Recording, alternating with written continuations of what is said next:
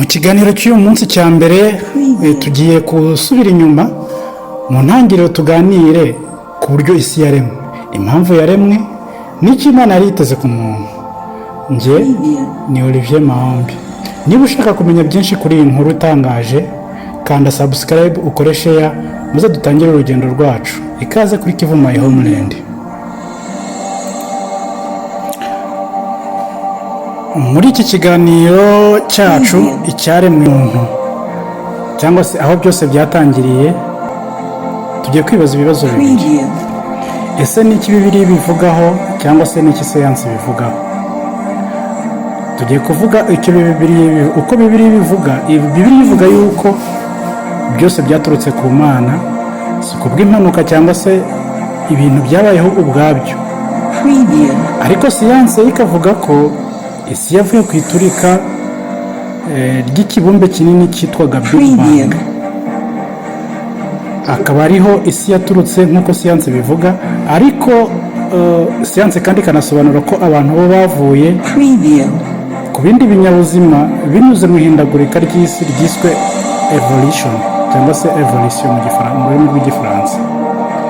Twebwe rero kuko turi abantu, kuko turi abakristu, turakoresha cyane ijambo ry'Imana cyangwa se iyobokamana. Uko Imana yaremye isi mu minsi 6, Bibiliya itubwira ko mbere na mbere Imana yaremye ijuru n'isi. Isi yari itagira ishusho, yariho ubusabusa, umwijima wari hejuru y'umuhengeri, maze umwuka w'Imana yagendagendaga hejuru y'amazi.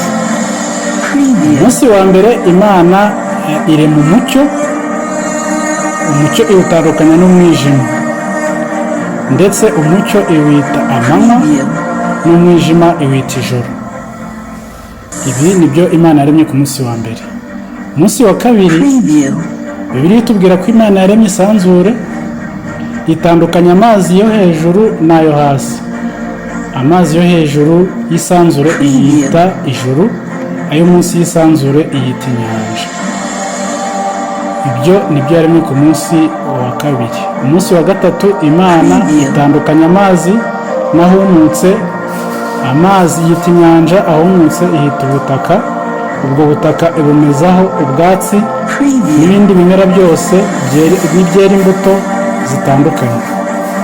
Umunsi wa kane Imana irema izuba n'ukwezi ndetse n'inyenyeri kugira ngo bitange umucyo no kumenya iby'ibihe. Umunsi wa gatanu Imana irema inyoni n'ibinyabuzima byo mu mazi n'amafi ndetse n'ibindi. Umunsi wa gatandatu Imana irema inyamaswa zo ku isi. Hanyuma imaze kurema inyamaswa zo ku isi irema umuntu, ariko uwo muntu yaremye imurema ku ishusho yayo. Umunsi wa karindwi Imana iraruhuka, iha uwo munsi umugisha, iwita isabato, ikimenyetso hagati y'Imana n'ibiremwa byayo. Rero nk'uko twatangiye tubabwira yuko tugiye kwiga ku iremwa ry'isi, nk'uko twatangiye hejuru tubabwira yuko uko siyansi bivuga ndetse n'uko ijambo ry'Imana ribivuga, ubwo isi nuko yaremwe. Hanyuma tugiye kujya byimbitse ku iremwa ry'umuntu, kuko umuntu niwe tuzibandaho cyane cyane muri iki kiganiro cyacu. Iremwa ry'umuntu rero riboneka muri Bibiliya mu Itangiriro 1:26. Imana iravuga ngo tureme umuntu ku ishusho yacu kandi uwo muntu ase natwe. Imana uko niko yaremye umuntu w'umugabo, imwita Adamu, imurema mu mukungugu w'isi. Imaze kumurema mu mukungugu w'isi, imuhumekeramo umwuka w'ubugingo, aba umuntu muzima. Ijambo ryanditswe mu Itangiriro 2:7. Hanyuma imaze kurema uwo muntu, imuremera umugore, imwita Eva, imukura mu rubavu rwe kugira ngo babe umwe kandi bajye bafatanya. Imana yabahaye inshingano zo gutegeka isi n'ibinyabuzima byose biri ku isi. Ibategeka kubaka Edeni no kuyirinda. Ibabuza kandi kutarya ku giti kimenyekanisha icyiza n'ikibi, kuko kurya kuri icyo giti Imana yababwiye ko nibaramuka bakiryaho no gupfa bazapfa. Isi n'abantu byaremwe ku bushake bw'Imana, si kubw'impanuka.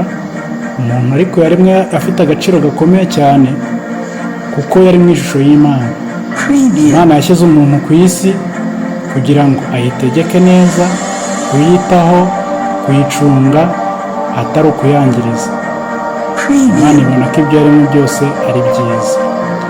Aha twerekanye uko Imana yaremye isi n'umuntu, n'uburyo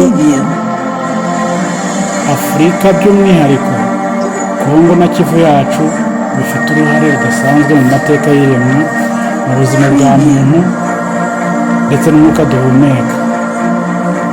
Afurika ni urutare rw'irema, n'aho abantu bavoma ubuzima n'ubwenge. Nicyo kiganiro twabagezagaho rero. Ikiganiro twabagezagaho cyari abo twatangiranye, twavuga icyaremwe n'abantu, ndetse twavugaga aho byose byatangiriye. Rero abakurikirana iki kiganiro cyacu, twagira ngo mukande subscribe, mukore share, maze dukomezanye urugendo rwacu kuri Kivu My Online.